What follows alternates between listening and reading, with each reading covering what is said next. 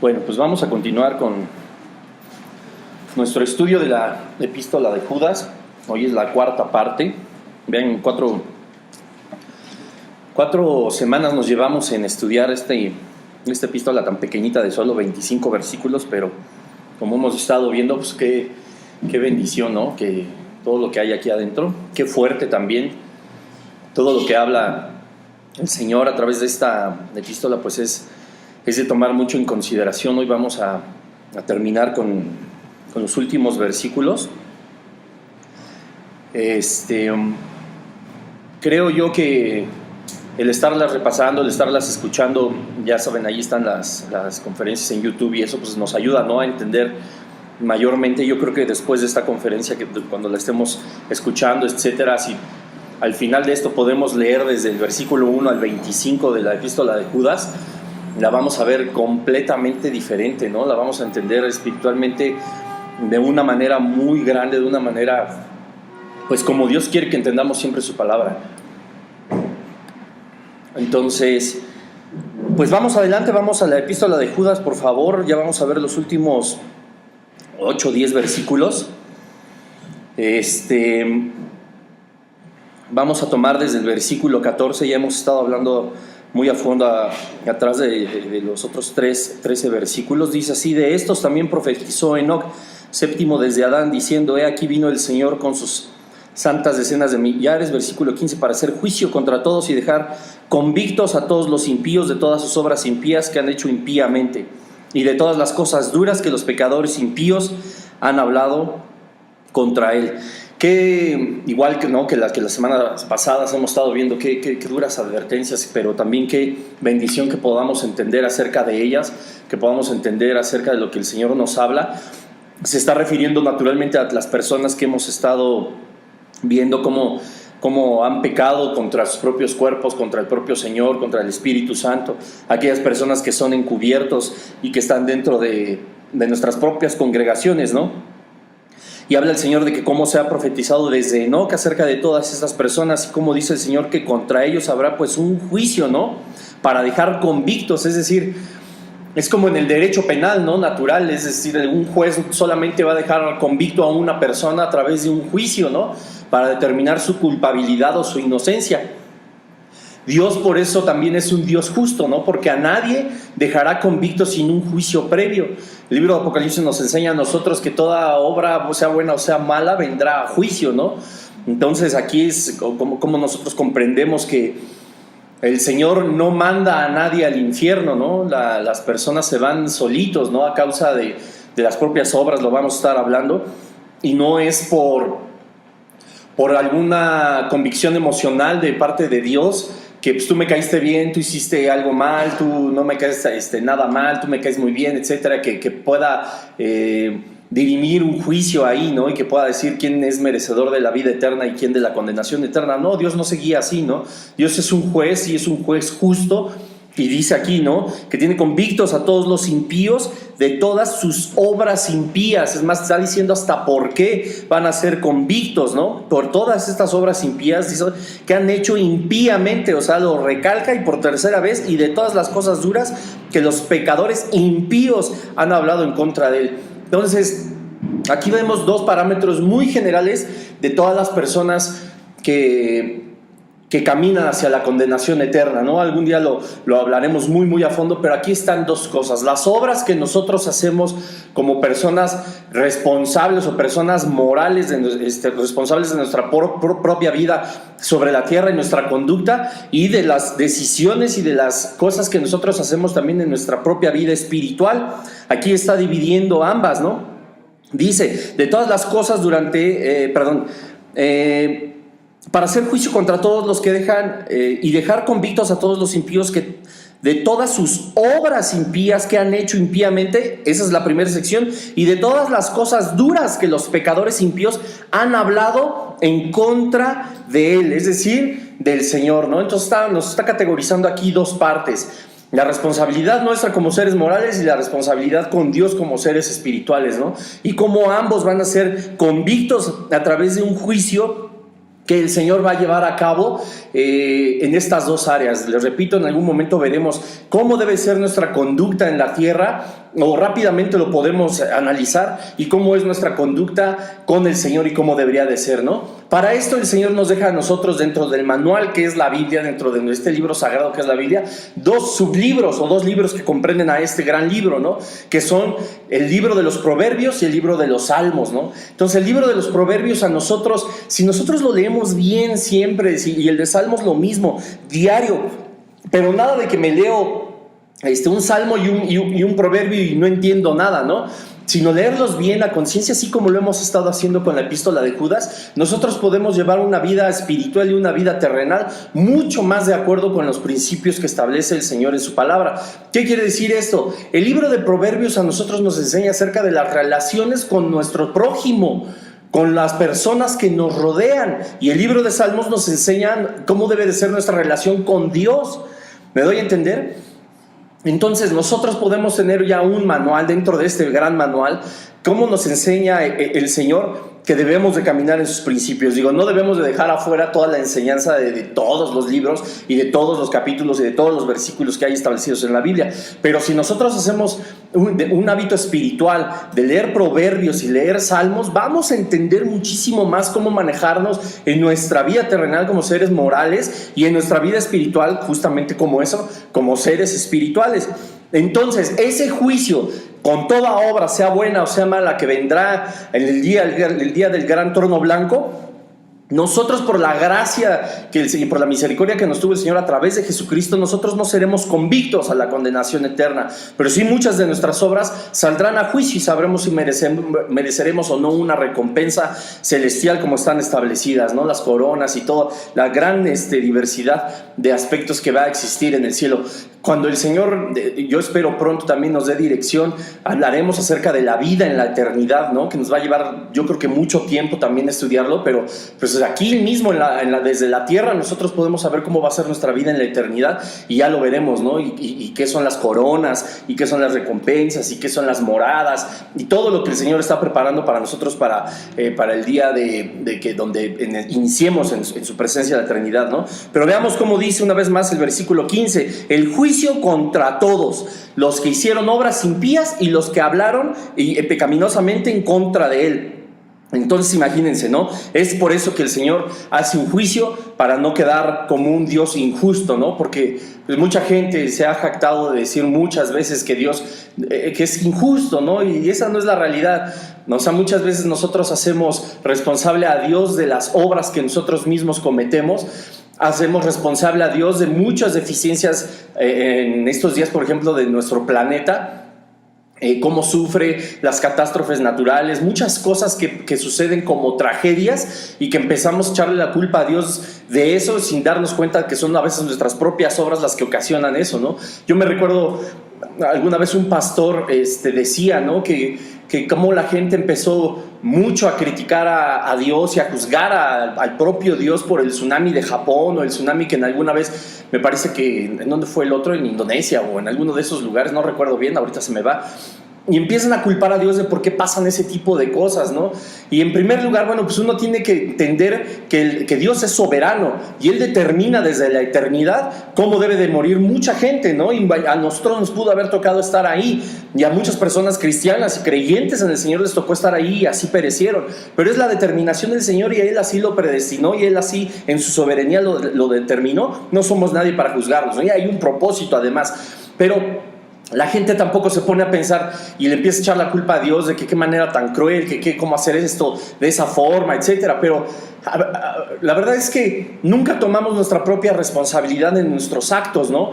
Y la gente no se pone a pensar que pues también en todas esas partes del océano, en todas esas partes del mundo, hacen experimentos nucleares y truenan bombas en el fondo del mar, y hacen un montón de cosas que desestabilizan al propio planeta, y que por naturaleza normal, por consecuencia normal de toda la catástrofe que nosotros estamos haciendo, pues se presentan estos fenómenos. Ahora, ¿se le fue de las manos al Señor? No, naturalmente no. Él también él tenía en su preordinación y presciencia el conocimiento de que esas cosas iban a suceder, pero también sabía, ¿no? Al Señor cómo estábamos pecando en contra del planeta que Él nos dio. En Génesis nos enseña cómo Dios le entrega la autoridad al hombre para juzgar el mundo, para alimentarse de él, para trabajarlo, pues por supuesto, para hacer muchísimas cosas, ¿no? Pero jamás le manda a destruirlo ni a hacer tantas cosas como las que estamos haciendo nosotros, ¿no? O sea, si alguien cree que, por ejemplo, como la Biblia, no existe el medioambientalismo establecido como tal palabra, o que no habla de una contaminación atmosférica, así con esas palabras, o una contaminación de los mares con esas palabras, o del agua, o de todos nuestros recursos naturales renovables y no renovables con esas palabras, que porque la Biblia no diga eso no significa que nosotros podamos hacer del planeta lo que se nos pega la gana. No es así. O sea, qué irresponsables somos. Pero bueno, ¿cómo no seríamos irresponsables del lugar donde vivimos si ni siquiera de nuestro propio cuerpo podemos ser responsables, ¿no? Si ni siquiera a veces del templo del Espíritu Santo podemos cuidarlo. Y hablo en general, ¿no? Hay muchísimas cosas que no deberíamos estar haciendo con nosotros mismos, que no deberíamos estar decidiendo hacerlas con nosotros mismos. Pues ¿cuándo nos íbamos a preocupar por el lugar en donde vivimos? Entonces, a veces somos un poquito, ¿cómo podemos decir? Incongruentes en muchas cosas, ¿no? Damos gloria al Espíritu Santo, pero deshonramos a su templo, ¿no? Honramos la creación de Dios y alabamos por las maravillas que hay en este mundo, pero al mismo tiempo desperdiciamos el agua, contaminamos, ensuciamos, ¿no? O sea, a veces somos incongruentes, y esto no solo la iglesia, sino todos los seres los humanos, ¿no? Pero bueno, el Señor habla dentro de su palabra de la justicia, de todas las obras buenas, de todas las obras malas. Pero en el plano espiritual y retomando un poco lo que hemos visto en las otras sesiones, ¿qué sucede con estos versículos dentro de nuestras congregaciones? Pues el Señor está hablando de las obras de los impíos y de los que han hablado duramente en contra del propio Señor. Versículo 16 dice: ¿quiénes son? Estos son murmuradores, querellosos, que andan según sus propios deseos, cuya boca habla cosas infladas, adulando a las personas para sacar provecho. Versículo 17: pero vosotros, amados, tened memoria de las palabras que antes fueron dichas por los apóstoles de nuestro Señor Jesucristo, los que os decían: en el postrer tiempo habrá ¿qué? Burladores, que andarán según sus malvados deseos. Estos son los que causan divisiones, los sensuales, que no tienen al Espíritu. Fíjense nada más del versículo 16 al 19 cómo habla, ¿no? Aquí describe perfectamente quiénes son estos impíos, que llevan una vida moral hipócrita, que llevan una vida de murmuración, no solamente en contra de la iglesia, sino en contra de Dios y de su propia obra. Murmuradores querellosos, es decir, la palabra murmuradores y querellosos naturalmente va unida, ¿no? No puede haber alguien que esté murmurando sin querer una especie como de contienda, ¿no? Sin querer estar atacando a alguien, ¿no? Cuando las personas andan en chismes, en murmuraciones, en habladurías, que si Chenchito es un pecador, que si el niño tiene o no cobertura, que si las iglesias deben de ser autoritarias en cuanto a los permisos de los congregantes y tantas cosas que últimamente estamos viendo y escuchando, eso la verdad es que son murmuraciones que solamente quieren provocar una cosa, una querella, una discusión entre dos partes, entre las personas. Incluso lo peor de todo es que un murmurador y un querelloso es un tercero que a él ni le va ni le viene, y no tendría ni por qué estar haciendo estas cosas. Pero eso habla de personas impías. La gente cree: pues yo no soy impío porque yo no ando de fornicario, yo no ando de adúltero, yo no ando de grosero, yo no ando de borracho, no ando de malviviente, no ando de maldiciente. No, pero murmurar es maldecir. La palabra maldecir es justamente eso: decir mal, maldecir. No significa solamente un conjuro así de brujas o de Satanás. Hay muchísimas cosas que tenemos así como ideas equivocadas, ¿no? Por ejemplo, si yo les dijera: es que Dios maldice, no, pues ¿cómo crees? O sea, ok, Dios no puede decir mal, pero habla del mal, ¿no? Como una consecuencia, habla del mal como una forma existente de vida espiritual, habla del mal como una persona representante naturalmente del reino de las tinieblas, del reino de la maldad. O sea, en todos lados hay un maldecir. ¿Me doy a entender? Pero por ejemplo, los murmuradores solamente están generando más contiendas, están generando chismes, están generando cosas que solamente van a dividir y a separar. ¿Qué dice aquí adelante? Que andan según sus propios deseos, cuya boca habla cosas infladas, adulando a las personas para sacar provecho. El que murmura es porque le conviene. Porque le conviene hablar mal de una persona, porque le conviene poner en mal a un pastor, poner en mal a un predicador, poner en mal a una iglesia, poner en mal a una reunión. Le conviene, ¿por qué? Porque a lo mejor esas ovejas ya no están del otro lado y siguen en su falso redil, porque a lo mejor las ovejas no están en ese lugar y siguen en la falsa enseñanza, dormidos y dominados por un falso evangelio. ¿Sí me doy a entender? Pero también existen personas dentro de las congregaciones, ovejas o supuestas ovejas, que murmuran del predicador, que murmuran del pastor, que murmuran de los líderes, porque hay envidia de que a lo mejor las obras crezcan, porque hay envidia de a lo mejor del amplio conocimiento bíblico que puedan tener y cómo es posible que una persona esté predicando y yo no. Es decir, la verdad es que cuando la gente murmura, busca su propio beneficio, ¿no? O sea, y a veces el propio beneficio es: yo hallaré beneficio, yo hallaré placer y hacerme sentir bien porque dejé en mal a alguien más. Qué terrible, ¿no? El libro de Proverbios nos habla: con esas personas no te juntes, con esas personas no te lleves. Dice, no pueden ni siquiera dormir si no hicieron caer a alguien en el día. Qué tremendo. Y con la pena, pero aquí en la epístola de Judas, la propia palabra de Dios habla que estas personas están en la iglesia cristiana, están en la iglesia evangélica. Entonces debemos también de tener mucho cuidado. Y ojo, nosotros también hemos podido caer muchas veces en este pecado, en esta clase de impiedad, en esta clase de obra impía que busca nada más nuestro propio beneficio. Y entonces, ¿qué sucede? Aquellos que se coluden, que se juntan con todos los demás, se empiezan a hallar también ahora sí que camaradería, amistad, ¿no? Empiezan a tener este mismo pecado en conjunto, y como dice aquí, ¿no? Se empiezan a adular, empiezan a sacar provecho de las personas. O sea, si un líder y un pastor se coluden y empiezan a murmurar sobre un congregante, seguro van a quedar muy bien entre ellos mismos, ¿no? Y eso, tristemente, en el ego resulta ser algo aprobatorio.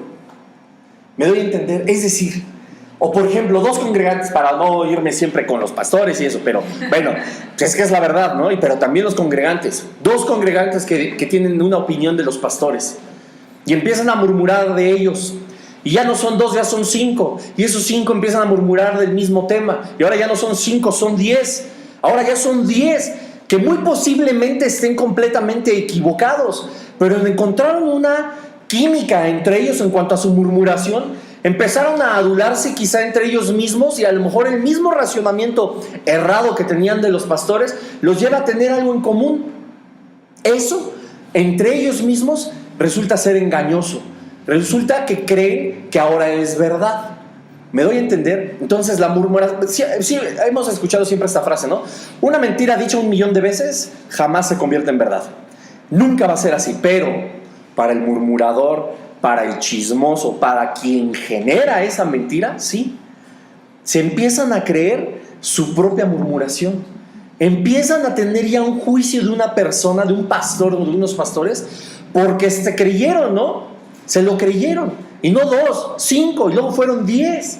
Y así se fueron. Y entonces encontraron esa química y adulaban a las personas para sacar su propio provecho y decir, todos tenemos razón. No. Rebelémonos en contra del pastor. ¿Se acuerdan la contradicción de Coré, que hablamos también en las sesiones pasadas? Que todos así se contaminaron. Coré y todos los demás, y se rebelaron en contra del Señor, en contra de Moisés, del ungido, y pum, se los tragó a la tierra. Y ellos creyeron su propia mentira. Ellos seguramente le decían a Coré, sí, de verdad, tú tienes razón al hablar así de Moisés, es verdad lo que Coré dice, es verdad lo que Bruno dice, es verdad lo que tal persona dice, y se empiezan a coludir, y el otro sí empieza a sacar provecho, porque sabe que ya tiene liderazgo, porque ya tiene gente que lo sigue, porque dicen, pues ya pues no soy el único que está pensando esto, y llega un momento en que, pum, te la crees, ¿no? Y entonces así llega Coré, llega con todo su séquito y le dice a Moisés, no te queremos, tú no eres el ungido de Dios, y vamos a ver quién es el mero, ¿no? Y ponemos a prueba al Señor, pues pum, se los tragó la tierra, ¿no? Y así va a suceder con los impíos que hacen impiedad, no solamente en su vida moral, de los que hablan de los demás, sino en los que hablan en contra de Dios, como lo dice en el versículo 15. Entonces, juzgan la obra, juzgan a los siervos o los pastores juzgan a las ovejas, juzgan sus vidas, juzgan sus obras, y entonces hace una mezcolanza moral y espiritual, y ya todo es un lío. Y se sigue haciendo el chisme cada vez más grande, y en lugar de poner un alto, como es debido y como la Biblia enseña. Me recuerdo yo cuando recién llegaba a los pies de Jesucristo, creo que de las primeras conferencias que yo escuché, los primeros estudios, era de cómo agarrarte entre cristianos, ¿no? De verdad, pues hay una manera. ¿Cómo bíblicamente puedes agarrarte con alguien que sea creyente? Sí, claro, por supuesto, hay unos principios bíblicos, y no estoy agarrando, o te estoy diciendo que te agarres así del cuello y te zangolotes, no. Bíblicamente, ¿cómo podemos dirimir el problema? ¿Cómo podemos discutir? ¿Cómo podemos llegar a un acuerdo o mantener el desacuerdo pero sin pecar? Porque digo, cuando la palabra de Dios, el Señor nos enseñó, Jesucristo nos enseñó que nos tenemos que soportar unos a otros, pues ¿tú qué crees que se refería a eso? ¿Que todo el mundo te iba a caer bien o que todo el mundo le ibas a caer bien? No, señor. Y no tiene mucho que apenas una persona, híjole, pues estuvo medio fea y una platiquita y que le decía a otra, ¿no? Y ni creas que tú le vas a caer bien a todo el mundo, y así muy, muy exasperado y eso. Bueno, yo por dentro estaba pensando, yo decía, no, bueno, pues es que nadie, ¿no? Ni tú, o sea, nadie. Entonces, pero el Señor por eso nos decía, soportaos unos a otros con amor, porque no le vas a caer bien a todo el mundo, ni todo el mundo te va a caer bien, ¿no? Y va a haber muchas diferencias, pero hay una manera de arreglarlas, y eso es bíblico también. Pero dice el versículo 17, pero vosotros, amados, tened memoria de las palabras antes fueron dichas por los apóstoles de nuestro Señor Jesucristo. Aquí viene.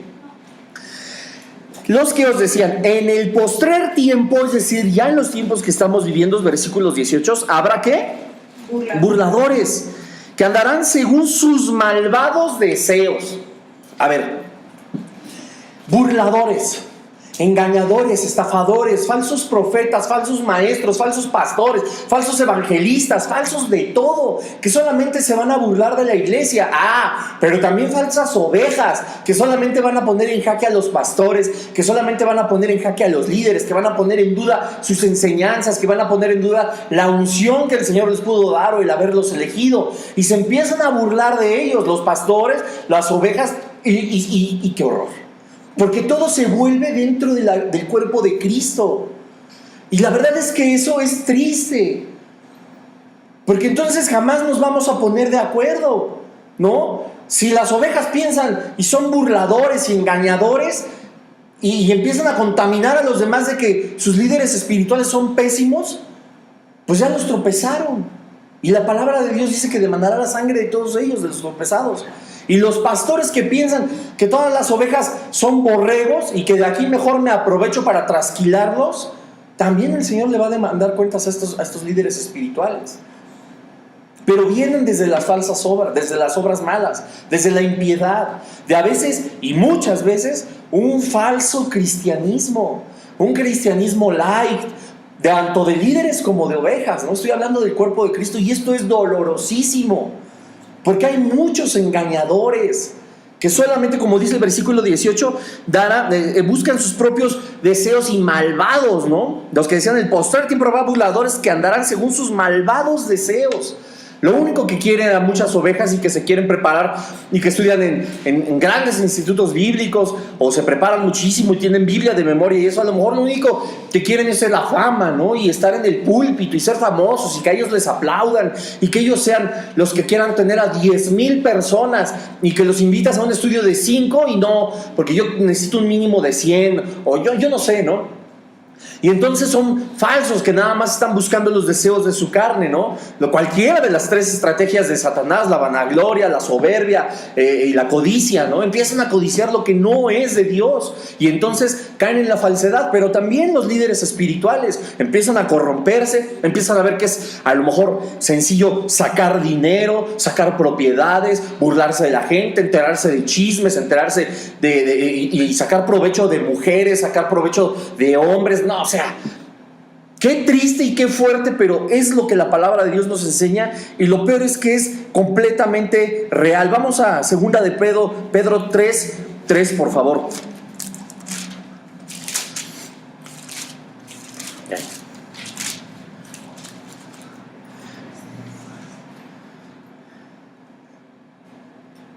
Miren, dice exactamente desde el versículo 2, para que tengáis memoria de las palabras que antes han sido dichas por los santos profetas. ¿Se acuerdan que acá en Judas, en el versículo 18 nos dice, ustedes deben de tener en cuenta lo que dicen los apóstoles de Jesucristo? Es decir, ya en el Nuevo Testamento, pero aquí Pedro se refiere, como ellos eran los apóstoles, él mismo se refiere al Antiguo Testamento. O sea, esto viene desde el Antiguo Testamento. Dice, tengáis memoria de las palabras que antes han sido dichas por los santos profetas y del mandamiento del Señor y Salvador dado por vuestros apóstoles, sabiendo primero esto, que en los postreros días vendrán burladores andando según sus propias concupiscencias. Lo mismo.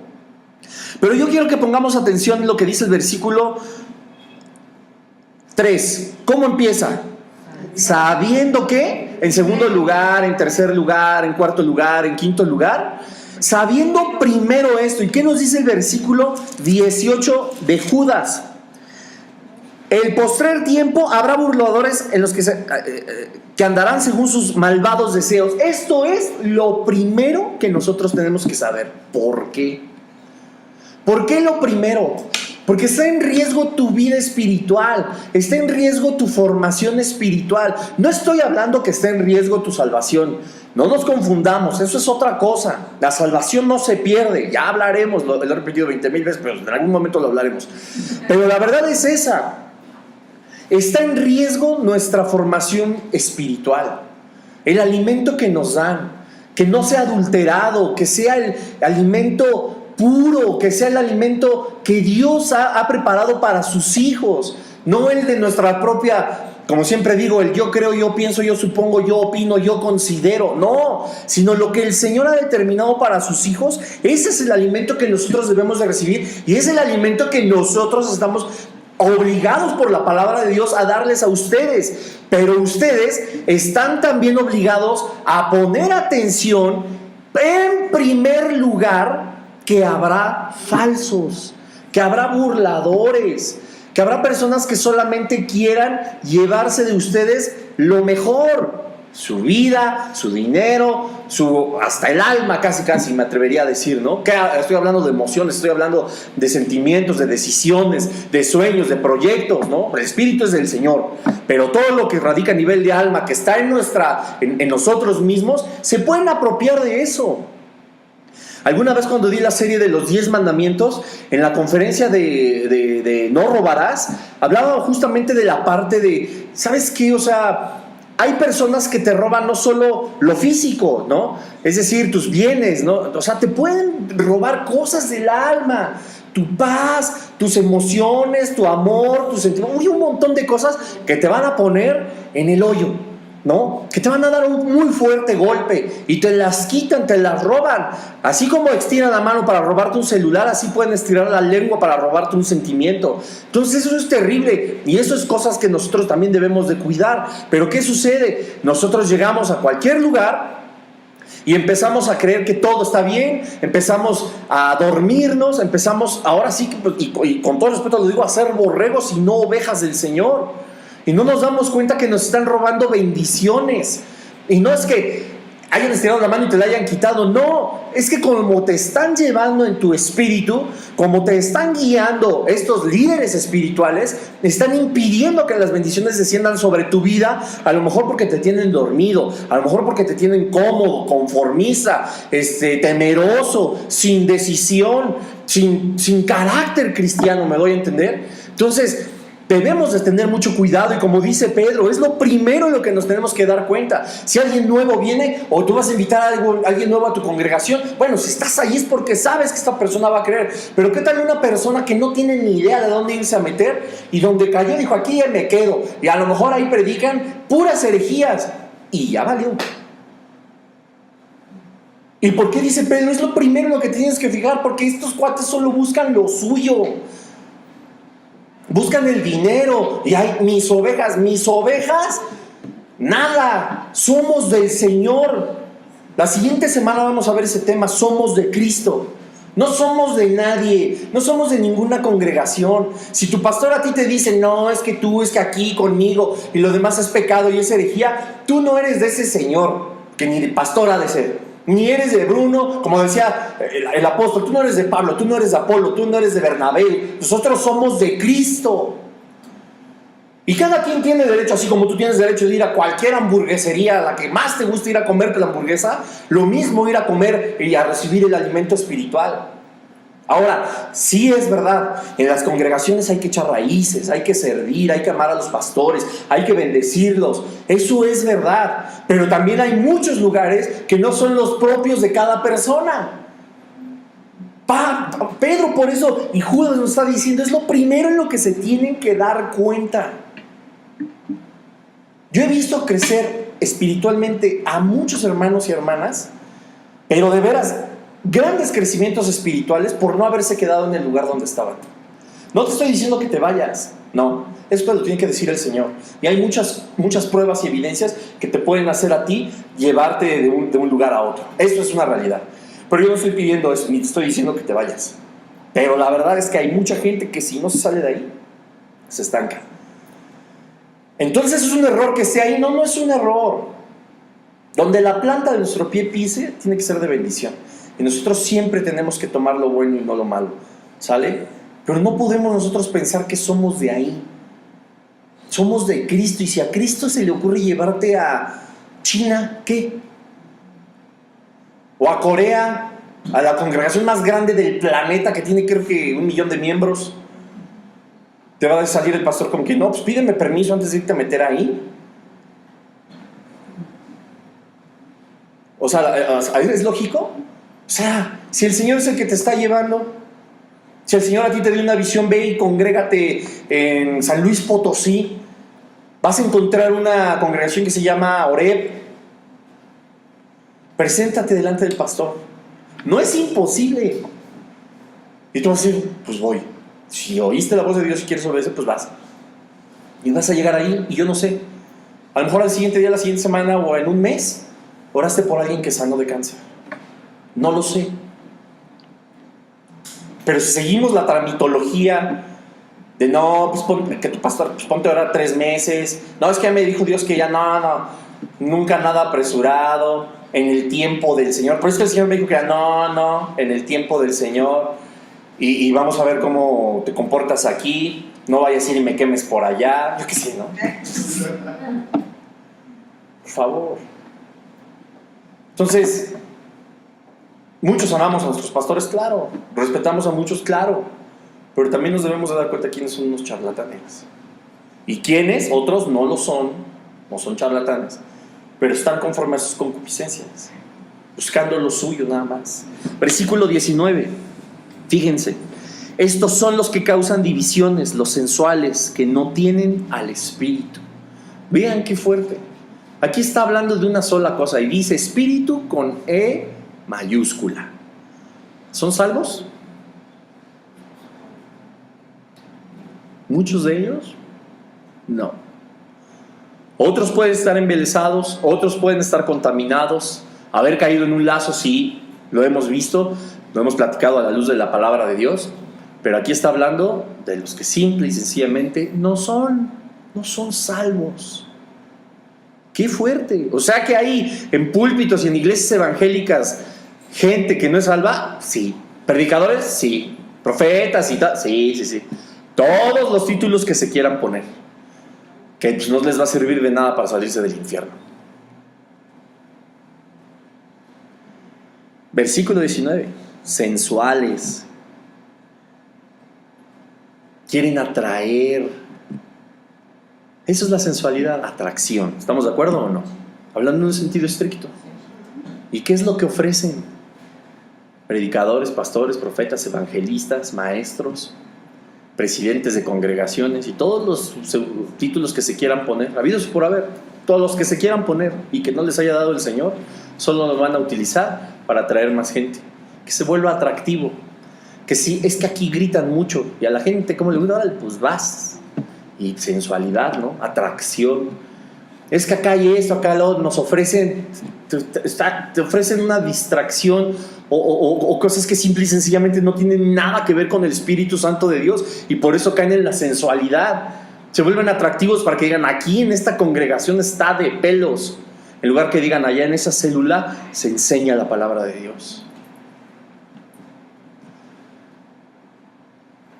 Y así hay millones. Ojo, tampoco estoy diciendo que esté mal tener un buen lugar, tener buen equipo, tener muchos servidores, tener un lugar muy padre. Es para la gloria del Rey. Tampoco está mal. Pero el Señor se mueve igual aquí que en la congregación más grande del mundo. Así de sencillo. De la misma manera. Y la palabra de Dios no tiene que ser sensual para atraerte. Dios no tiene que ser sensual ni Jesucristo para atraernos en nada. De esa manera. Pero como alguna vez cité a aquel compositor, como dijo, ¿no?, en una de sus canciones, he hecho todo lo que existe para llamar tu atención. Qué impresionante. Y su propia palabra, decía otro predicador, ¿no? En estos últimos tiempos, en las reuniones de jóvenes, hay que darles todo a los jóvenes para que se sientan cómodos y poder atraerlos a la reunión, ¿no? Y se les enseña a hacer 20,000 actividades y a brincar y a hacer un montón de cosas, y lo que menos se les enseña es la palabra de Dios. Eso es lo que menos se les enseña. Se les enseña a romper hielos, a salir con cartulinas a la calle, a decir que Jesucristo salva, a decir que son los últimos tiempos. Se les enseña un montón de cosas, pero no se les enseña la palabra de Dios. Se les enseñan mucho y se atraen de muchas maneras. Viene tal grupo, viene tal predicador, no, este sí jala, vamos, todos van. Seamos honestos, todos hemos sido así.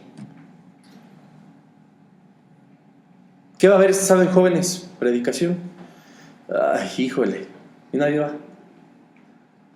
Cuando lo principal es que vayamos a escuchar la palabra de Dios y a alabar al Señor, y a orar y a recibir de Él y a dar de nosotros hacia Él. No, ganchos. No está mal tampoco, entiéndanme, hacer uso de muchas cosas, de tecnología, de efectos visuales, de publicidad, de grandes grupos de alabanza. No está mal, pero si todo eso está en primer lugar, o todo eso es la parte por la que los jóvenes o la iglesia se congrega, están destronando a Jesucristo. Se acabó. Eso no es lo principal. Eso no es lo principal. Lo principal no es quién hable. Lo principal es que sepas que Dios es el que va a hablar, no es el que está en el púlpito. Es que ese pastor me da flojera, es que este predica mal, es que este me da sueño, es que este es maravilloso. No son ellos. Si son siervos del Señor, es el Señor el que está hablando. Y a lo mejor lo que a ti te puede parecer muy aburrido le transformó la vida a alguien. Y muy al contrario, lo que crees que es hilarante y que viene directamente del cielo a transformar tu vida puede ser una maldición también para la tuya. No es así. Es Dios, es Cristo, es su Espíritu Santo, es su palabra. Repito, para que conste en audio. No está mal todo lo demás, pero si destrona a Jesucristo, estás en el peor error, a ti como líder o como congregante. No es nuestra motivación para asistir, ni debe ser la motivación de nadie para atraer a la gente. Dios no es sensual. Versículo 20. Ya con eso terminamos. Aquí viene el famoso pero en Cristo, en el Señor. Híjole, estos peros son un oasis en el desierto, un bálsamo, un refrigerio. Pero vosotros, amados, edificados sobre vuestra santísima fe, orando en el Espíritu Santo, conservaos en el amor de Dios, esperando la misericordia de nuestro Señor Jesucristo para vida eterna. A algunos que dudan, convencedlos; a otros, salvad, arrebatándolos del fuego; y de otros, tener misericordia. Escuchen esto, tengan misericordia, hermano, hermana que me estás escuchando. Dice, con temor, aborreciendo aún la ropa contaminada por su carne, Y aquel que es poder, bueno, quiero detenerme aquí en el versículo 23, el Señor quiere que hablemos de algo. Y ahí vamos a terminar, pero no. Miren, versículo 20, pero vosotros, amados, edificando sobre vuestra santísima fe, orando ¿en qué? En el Espíritu Santo. En el Espíritu Santo. No es como queramos, no es orar por orar, es entrar en la presencia del Señor, estar en el Espíritu Santo. Ahora es como dicen, es que estas palabritas, ¿cómo se las avientan a veces en la congre? Es que estoy en el Espíritu, hermano. ¿En cuál? ¿En el tuyo o en el de Dios? Pues digo, pues a ver, porque tenemos dos. Y aquí por eso Él aclara. Tiene que ser en el Espíritu Santo. Estoy en el Espíritu Santo. Es que estoy en el Espíritu. Pues vete a saber si es en el del Señor o en el tuyo nada más, ¿no? Pero es que de verdad, a ver, es chistoso. Pero estamos tan acostumbrados, sí, a orar. Yo entiendo que con fe y todo, no estoy poniendo en duda ni en juicio la oración que cada uno de nosotros tenemos. Pero también podemos hacer una pequeña introspección o una pequeña reflexión si de verdad estamos, antes de dirigirnos al Rey, ya estamos en su presencia, a través del Espíritu Santo. Porque pues imagínense que este es un palacio, ¿no? Así de la Edad Media, y aquí está el rey de Inglaterra, yo qué sé. Y por ahí están las bardas que delimita el reino y las bardas del castillo, y hay a 3 kilómetros una persona, ¿no? Y está hablando con el rey y el rey está en su trono. ¿Lo escucha? Pues él, ¿qué tiene que hacer? Venir, ¿no? Ya entró al castillo, de ahí lo oye. Tiene que entrar a los salones del trono, a los salones del rey, estar delante de él para que entonces el rey lo escuche. Entonces yo digo, Dios mío, ay, por favor, en este momento, sí te escucha. No estoy diciendo que pues, ponte a hacer un mantra ahí 20 minutos para que después ya entres en la presencia del Señor y tus chakras se alineen y en una emergencia. No, Señor, no estoy hablando de eso.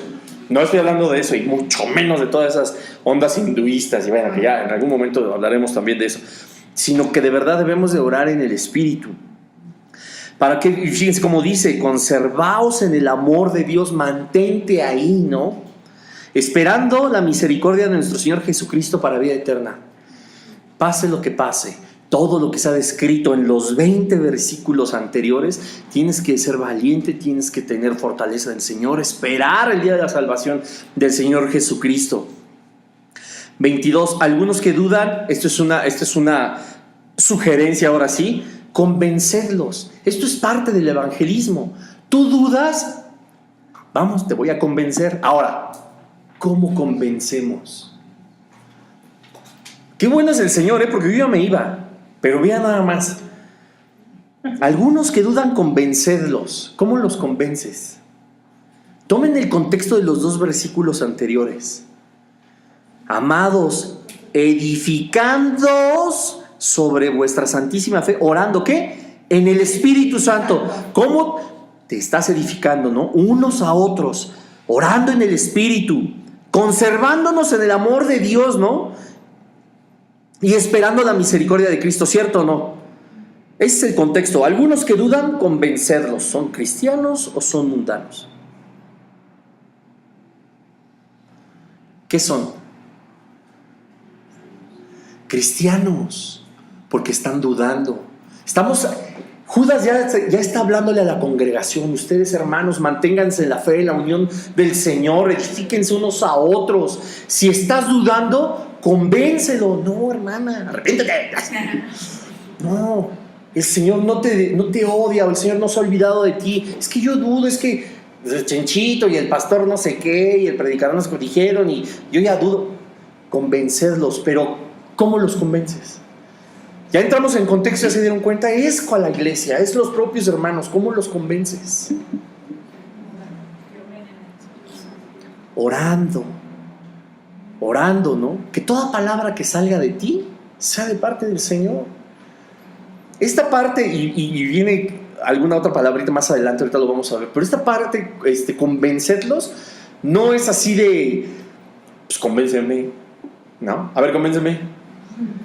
No, como así cuando le pides una foto a la novia. Ay, mándame una foto. A ver, convénceme. No es así. Es a través del Espíritu. Todo esto está unido, vean desde el versículo 20. Convence a otros salvad. ¿Aquí de quién está hablando? Los no convertidos. Ahora, ¿tú los vas a salvar? Ah, no, Judas dice que yo los salvo. No, Señor. Te dice a ti porque tú eres ¿qué? El instrumento del Señor. Ni se te ocurra decir que yo lo salvé. Uy, no. Jamás. No tenemos ninguno de nosotros la capacidad de hacerlo. Ni nosotros mismos nos podíamos salvar a nosotros mismos. Menos a otras personas. Pero esa es la otra palabrita. A otros, salvad, ¿no? Arrebatándolos del fuego. Y de otros, vean, esto es lo que yo me quería detener aquí, fue cuando el Señor me habló ahorita. Y de otros, tened misericordia. Quiero que con temor, esta palabra temor es la que significa con respeto. Miren, de otros, ya habló de los que vamos a convencer que están dudando que son la iglesia. Ya habló de los inconversos, ¿no? Hay que arrebatarlos. Y está hablando de unos terceros. Híjole, Señor, eres bueno. Vean qué tremendo. Dice, y de otros, tened misericordia con temor, aborreciendo aún la ropa contaminada por su carne. Ten misericordia de ellos con temor, es decir, no lástima, no te sientas mejor que ellos. Ten misericordia como Cristo y si el Señor les tendría, porque ellos están perdidos. Ve qué fuerte. Qué fuerte está esto. Aborreciendo aún la ropa contaminada por su carne, es decir, despreciándola. No puede ser acepto para ti, ¿no? Pero esto no significa que tú los humilles, los ofendas, los sobajes, los rechaces, no. Por eso el Señor con mucho cuidado te dice, de otros tened misericordia con temor, con cuidado, con respeto, decir, no sé, no quiero, bueno, no tengo a nadie en la mente, pero esta persona, ni quiero condenar a nadie en pensamiento, pero esta persona es absolutamente en contra de Dios, ofende a Dios con su vida, ofende a Dios de una manera y al Espíritu Santo y a Jesucristo de una manera que de verdad te lastima en el espíritu. Hay personas que son así, no solo satánicos, sino de muchas otras religiones o incluso ateos, de esas personas que por causa de eso, y como nos decía el versículo 15, ya están convictos.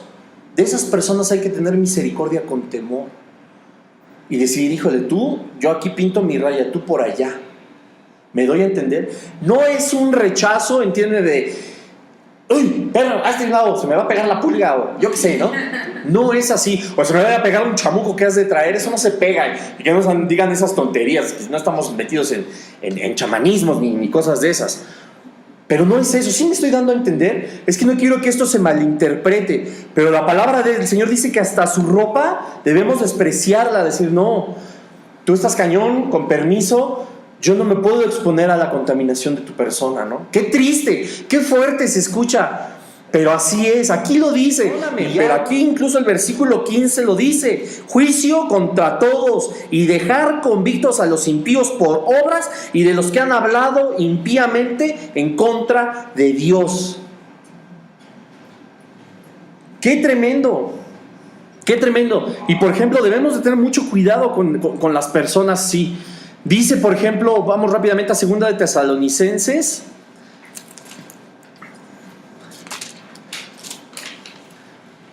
Capítulo 3, versículo 14 y 15.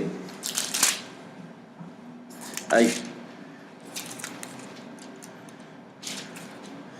Dice, si alguno no obedece a lo que decimos por medio de esta carta, a ese señaladlo y no os juntéis con él para que se avergüence. Mas no lo tengáis por enemigo, sino amonestadle como hermano. Quiero que aquí veamos una diferencia. Aquí está hablando alguien de la iglesia, de algún congregante, ¿no? No se trata de que lo señales como habíamos hablado de juicio destructivo, ¿no? Que habíamos hablado con esta persona para apuntarle con el dedo. Aunque aquí dice señalado, no significa apuntar con el dedo, sino referirse a una persona, ¿ok? Fíjense lo que dice. Cuidado. Dice señalado, y no os juntéis con él para que se avergüence. Ahora, esto de no te juntes con él es también, no se trata de ahí me vas a pegar la roña, yo no me siento contigo en la congregación, ¿no? Él es el que ha sido señalado por un líder, que se siente aparte en el rincón. Esto no es lo que se refiere. A lo que se refiere cuando la palabra nos dice que no nos juntemos con él para que se avergüence, es decir, si este grupo de personas, de amigos de la congregación, han acostumbrado los viernes irse a poner hasta atrás, yo no me junto con ellos. No porque los tenga en menos estima, no porque yo sea el mejor que ellos, sino para que en ellos quepa la prudencia y el Espíritu Santo diga: híjole, Lalito no vino con nosotros y nosotros estamos en el mismo grupo de alabanza. ¡Qué vergüenza! No es para avergonzarlo, sino para que el Espíritu te dé a ti una convicción de que estás mal, comparándolo con alguien que está haciendo bien las cosas, o al menos trata de hacerlas bien. ¿Me doy a entender? Esto es a lo que se refiere, por eso con mucho cuidado hay que seguirlo. Dice, y aquí viene el versículo 15, la aclaración: mas no lo tengáis por enemigo, sino amonestadle como a hermano. No son tus enemigos. Estás metiendo las 4, le puedes amonestar y no hagas lo que él hace. No te juntes con él a fumar, no te juntes con él al antro, no vayas. Esto es a lo que se refiere, pero no lo señales ni lo desprecies. Solo exhórtalo. Oye, estás fumando por alguna razón, estás bebiendo por alguna razón, a lo mejor estás triste, ¿no? ¿Sabes qué? Estoy deprimido, man. Me siento, ya salió el peine. Y por una amonestación como hermano.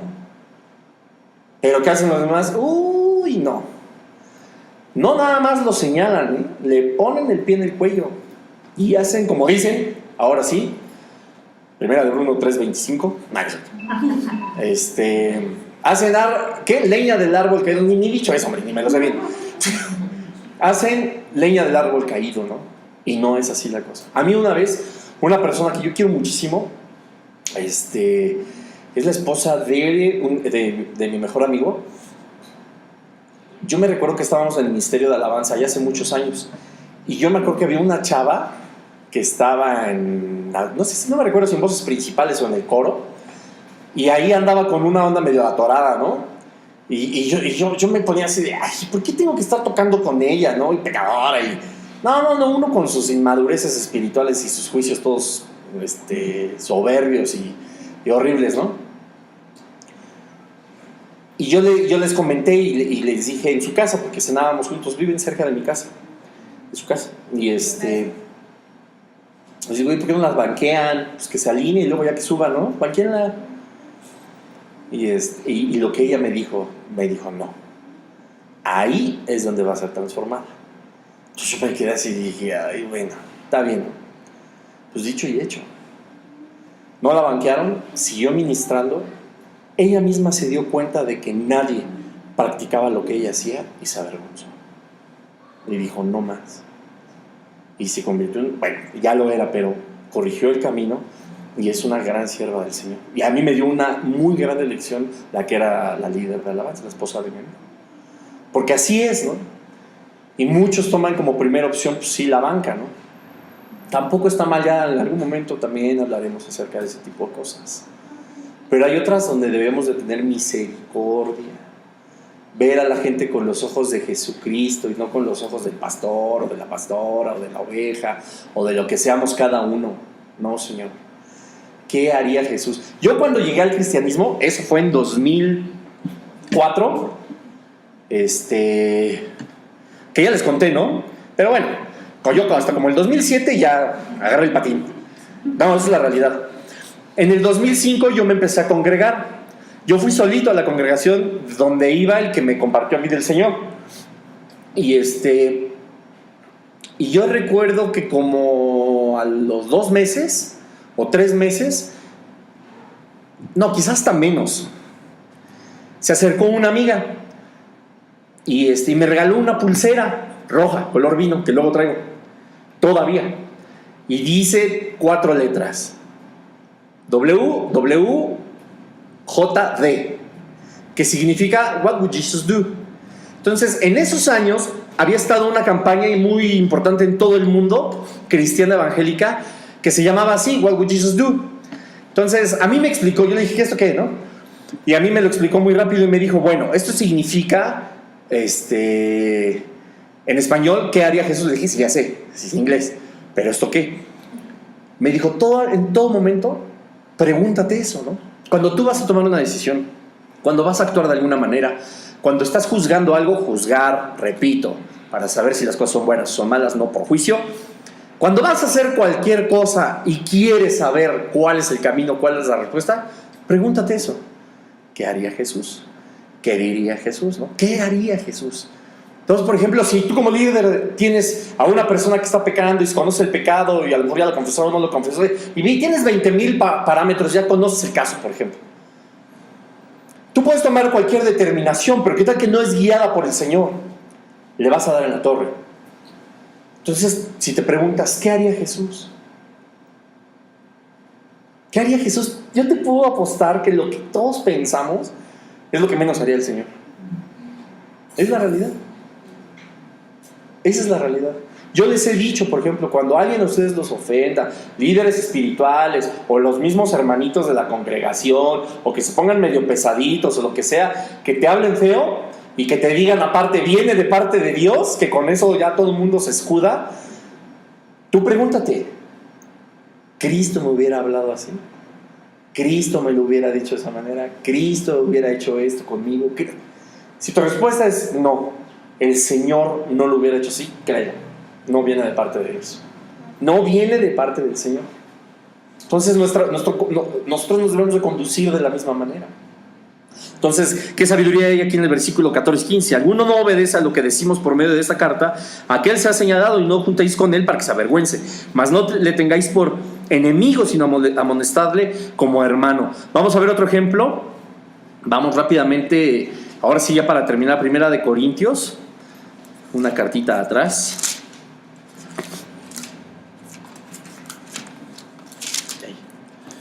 1 Corintios 5, por favor. Versículos del 9 al 13.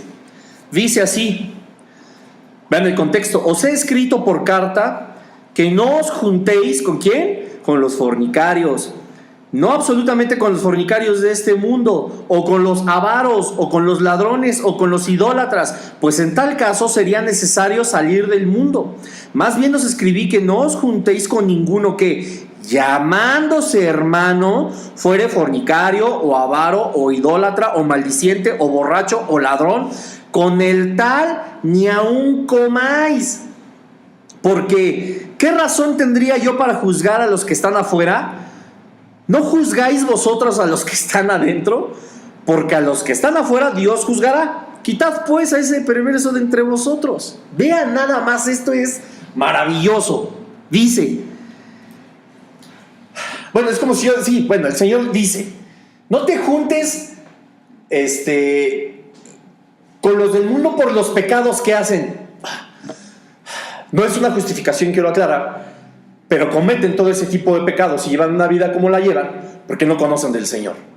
Así de sencillo. Entonces a veces también el cristiano evangélico se pasa porque juzga mucho a las personas del mundo, pero debemos recordar que están en el mundo, no están con el Señor. Y muchas de las cosas que a ellos hacen, las hacen supuestamente creyendo que están en lo correcto porque no conocen al Señor, ni conocemos muchas cosas que están detrás de a lo mejor de sus vidas. Pero son el mundo. ¿Por qué juzgamos al mundo si es el mundo? Todos sabemos que se tienen que comportar así porque pertenecen al mundo. Pero dice versículos más adelante, pero si te lo encuentras igualito en la congregación, quítate. ¿No? Y lo complementamos con 2 Corintios. ¿Ya lo viste? O el Señor, como nos decía, ¿no? Si hay alguien en pecado, ve y exhórtale. Solito. Si no, toma 2 testigos. Si no entiende, ya quémalo enfrente de toda la congregación. Si no entiende, son estos: fornicarios, borrachos, avaros, maldicientes, pecadores. Según cristianos, quítate. Quítate de ahí, dice la palabra aquí. Con el tal ni aun comáis.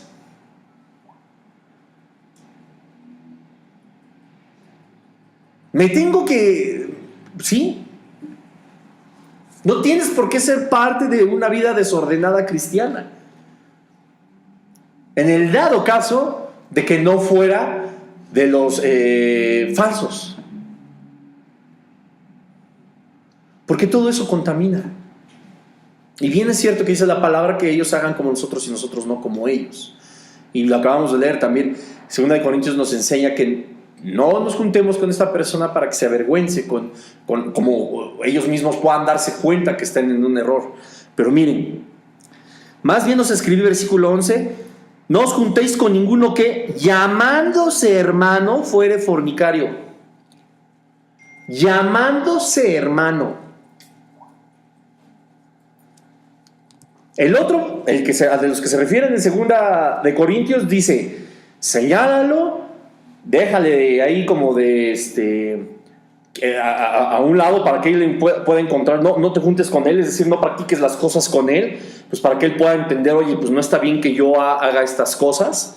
Y pues en algún momento, como la persona esta que les comenté, reacciona, dice: no es por aquí, estoy mal, qué vergüenza, me arrepiento y cambio. No, estos, dice, versículo 11, llamándose hermano. No, yo, de la alabanza, yo cristiano hecho y derecho.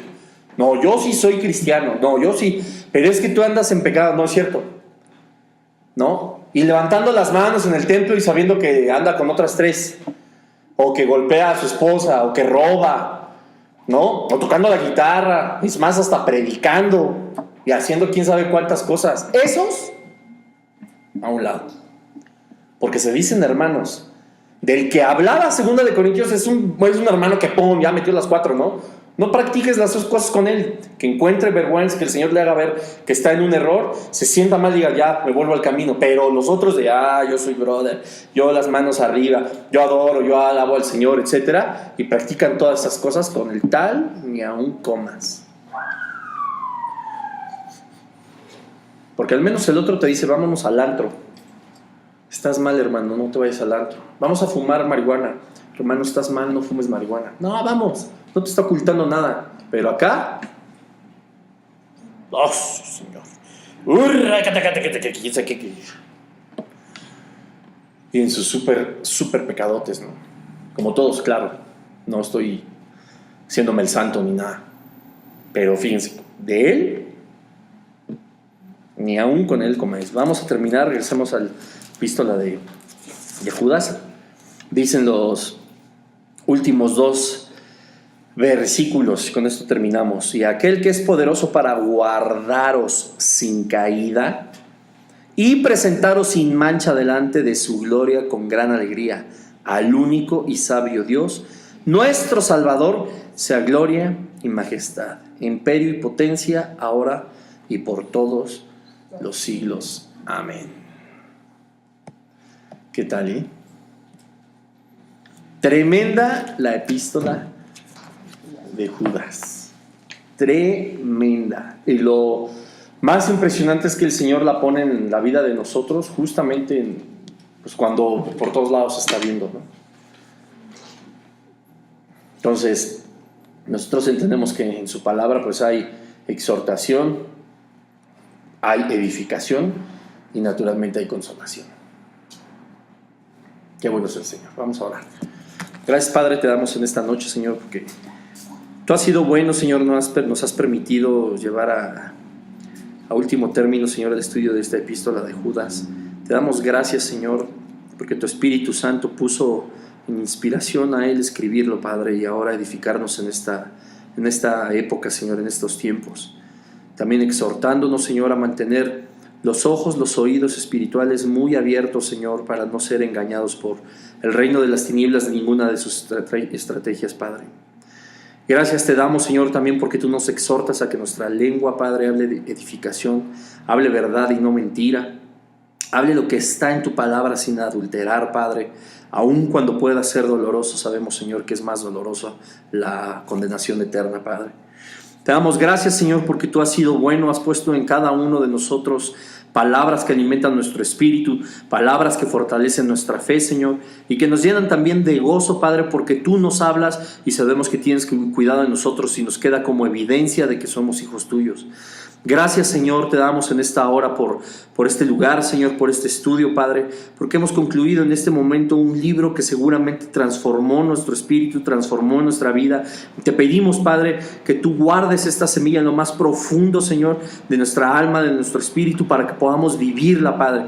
Que esta semilla pueda germinar, pueda florecer, Padre, y dar muchísimo fruto, y que nosotros, Señor, se vea reflejado verdaderamente la imagen de tu Hijo Jesucristo. A través del poder de tu Espíritu Santo, Señor, te pedimos que tú nos sigas bendiciendo con estos estudios, Padre. Síguenos bendiciendo a nosotros que los escuchamos, a aquellos que los van a escuchar, a aquellos a los que se los vamos a compartir. Que sea cada uno de nosotros rendido ante tu poder, Padre, para que sea tu palabra la que se mueva a través de nuestra lengua, Señor, y que nosotros podamos dar convencimiento a la gente por el poder de tu Espíritu Santo de que tú eres un Dios real, de que debe de existir el arrepentimiento, de que debe de existir el rechazo por el pecado, Padre, y llevar una vida consagrada conforme a tus propósitos, Dios. Te damos gracias en esta hora, Señor, te bendecimos y alabamos tu nombre, a ti que eres el Todopoderoso, en el nombre de Jesús. Amén, Señor.